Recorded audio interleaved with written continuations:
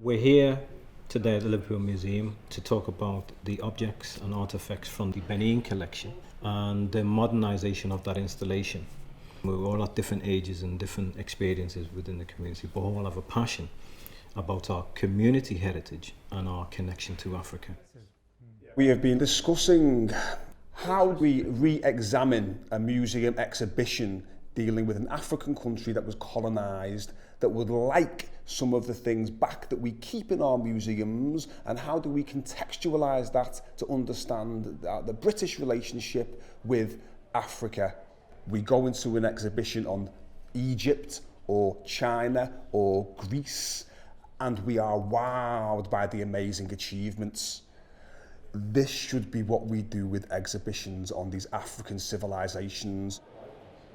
And then we can discuss the recent history of colonisation, then where we are up to now in terms of their art and culture and civilisation society. It's about creating something more engaging and bringing a fresh narrative to the artworks that they have. It takes effort to try and find what you're looking at, do you know what I mean? Yeah. And you do have to look closely. Part of the role of this particular display should be probably about challenging some of the language. If we can use language like theft and stolen to describe how we came by the artifacts, immediately that challenges the idea that they just kind of appeared. People already start to kind of think about, well, what does that mean, stolen? Who stole it? Why was it stolen? What does that actually mean? The museums have decided that they have a right to own it, and their right to show it in their museum is more important than the people who it was stolen from having it returned. With the bureaucracy of it, it's like, well, you didn't have bureaucracy when you stole it, so it's like, why?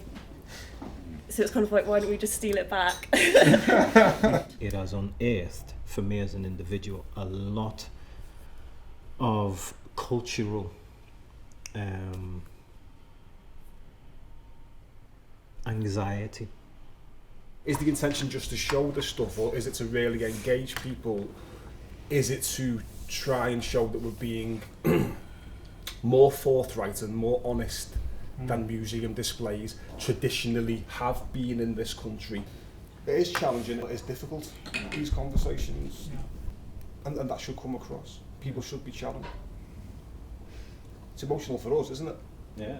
Think about it. Once you start realising that you come from a city called Liverpool and its involvement in slavery and its involvement in this and that, once you start realising the truth, it's a blow. Then we have this, still have this connection to Africa,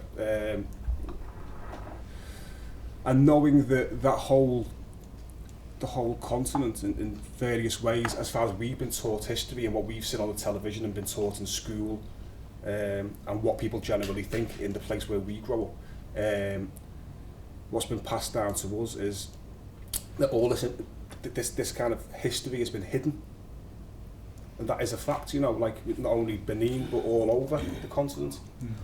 So it's really deeply emotional. It's hurtful, you know, and all the history of slavery and everything sits really, really deeply. Everything's been stolen. Our heritage has been stolen. Even our language. I can't speak an African tongue. I can say a couple of words that my dad's passed down to me from his dad. My surname, Elliot, is an adopted surname. Everything, every last thing's been stripped from us, and then we're born here, so we've got that identity. So anything like this is just another thing that's been stolen from us. It's horrific. If you really think about it, it's horrific, and it can get very emotional. No one's asking for grief and tears, but just an explanation to the young viewers who will be looking at some of these artifacts to understand where they came from. Restoring that understanding will get rid of how I thought about Africa when I was a kid. It's important to learn about world history. It's important to present it as truthfully and honestly as possible. Uncomfortable truths need to be addressed. And from my personal perspective, it's a privilege to be a part of. It's a unique opportunity to actually get my voice heard, but I also believe that I should be a part of it. Once you open Pandora's box to this and other artifacts and other museum pieces from around the world, you now maybe bring into question the definition of a museum. In a sense, it's trying to flip that kind of colonial perspective and look upon Benin as being a vibrant culture. That's been one of the kind of key challenges really for us, to make sure that that voice is represented and represented fairly. For me personally, the real reason to do this is that a lot of what has happened on that continent has been whitewashed, has been hidden, has been written out of history. And all we're trying to do is be honest.